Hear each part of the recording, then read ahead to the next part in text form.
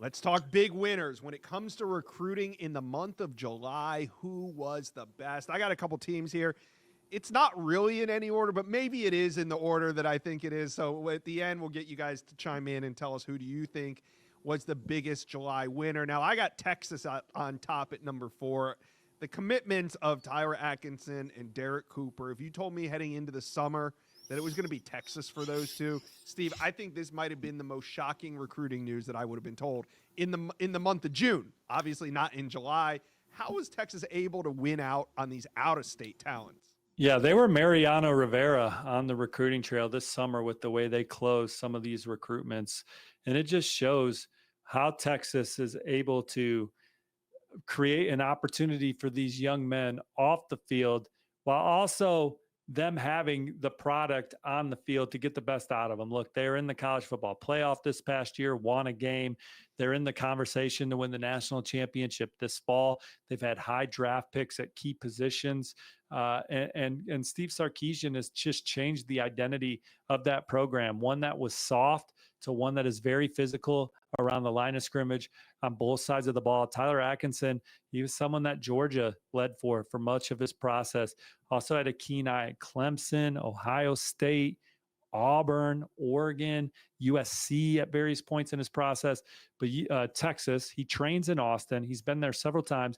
The Longhorns got the last official visit the weekend of June 20th. And I think what they offered off the field to go along with Anthony Hill Jr., one of the top linebackers in college football this year, the opportunity to step in and replace him as a true freshman next fall was too much for Tyler Atkinson to pass up on. And then Derek Cooper, look, there was a lot of Georgia buzz, some Ohio State buzz, but Texas hit the gas on him this summer. I think they were the biggest NIL offer for Derek Cooper. Again, the way the running backs have played historically at Texas and recently adding his name to that list all go hand in hand. And Texas was able to land two of the premier players in the country, the number 1 linebacker and number 2 running back per the Rivals industry rankings. Just an incredible run. I mean, they land. James J.J. Johnson was huge too. I mean, look, that was one looked like Texas maybe led in the spring. Georgia led a lot of that recruitment, even got him committed, but Texas never went away. They did what they had to do off the field as well and got James J.J. Johnson in the fold. They land Samari Matthews, John Turntine, Kosi Akpala. It was just a great run. So Samari Matthews was one. Spring visit took the lead. Official visit reiterated what he saw in the spring. That was more of an old school caliber recruiting win. Certainly, again, they were competitive on an NIL front for Samari Matthews, but that wasn't a late win like some of the others were. Yeah. Then you had Oregon, 5-star offensive tackle Emmanuel Ihenacho at the beginning of July. They get edge Tank Jones at the end of July. Mix in there a flip of Tommy Tofi from Cal. You also had Devin Jackson and Jalen Lott commit to Oregon. I mean, Dan Lanning, after maybe, if you want to call it, a slump in late May, early June, boy, did they ever bounce back in the month of July. Yeah, the Ducks, you knew that they were going to have their time on the recruiting trail. Dan Lanning and company, they're some of the most engaged recruiters in the country. They build real, authentic relationships with top targets. And then when it comes to NIL, they can be as competitive as they want to be, depending on the prospect and how much value they have in each target. And sometimes they're not the highest bid, and sometimes they bring the bazooka to the gunfight. But they're the ones that are on fire right now. Manny Ihenacho was someone that was kind of a fluid recruitment, but they led early for him.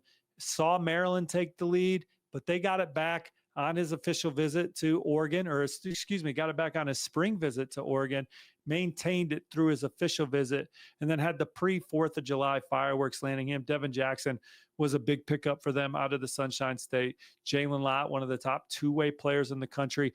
They value him at wide receiver, so him and Messiah Hampton are two electric, high upside receivers that are still developing physically, guys that could be really dynamic in that Oregon offense. And then today, Anthony Tank Jones beating Alabama and Texas A&M, going into the Yellowhammer State for a second straight cycle and landing the number 1 player from that state, another 5-star headed to Oregon, Anthony Tank Jones. And it wasn't just NIL. It was Dan Lanning Tosh Lupoy, what they've done historically, developing pass rushers, this program being in the hunt for the national championship, the way he felt at home in Eugene, that's why he is an Oregon Duck. All right. Another team that had an outstanding month of July was Georgia. They landed five-star tight end Caden Prothro, another excellent tight end in Brandon Fogel. Defensive lineman from Sweden, Valdon Sohn, linebacker Nick Abrams, and safety Tyreek Green. I mean, if it wasn't for the misses on Tyler Atkinson and the flip of James Johnson, I think Georgia would probably be considered one of the best class in the month of July if it weren't for these heroic efforts by Oregon and Texas. Caden Prothro, though, that was a huge in-state get. Nick Abrams was was a highly, highly coveted linebacker that they land over Michigan. Georgia had a great month. Yeah, they beat Oregon for Nick Abrams too. So, look, Georgia, what they are as a program, they're the most dominant college football team right now under Kirby Smart and company. And I'm talking over the course of, the last 7-8 years, right? They've been the most consistent program. They're always on the short list to compete for the national championship. They're the defending SEC champs again. And the NFL draft is always a showcase of Georgia players hearing their names called early and often. And that's why top targets want to play there. And they're in the conversation for the nation's best year in and year out. Win some, lose some, but recruiting's about who you get, not who you don't get. And we know that Coach Smart and his staff are as good as anybody of getting the best out of their players and putting them in positions for personal success and team success and a chance to play championship football every Saturday and being in those right conversations at the end of the year. Caden Prothro is obviously a special talent, extremely long, can stretch the field. He's averaged over 20 yards per catch throughout his high school career. One of the most prolific pass catchers, regardless of you're talking about a tight end, a slot, a receiver. He is one of the more exciting players in the country with the ball in his hands, a threat to score anytime he touches it. And Nick Abrams is a guy that Georgia coveted, and no program has done a better job of developing linebackers than Kirby Smart, Glenn Schumann, and company. And Nick Abrams has the size, the upside physically. He's an instinctive player that's especially terrific playing against the run. All right, another excellent class here by Alabama. Now at number 7 after the Tank Jones commitment.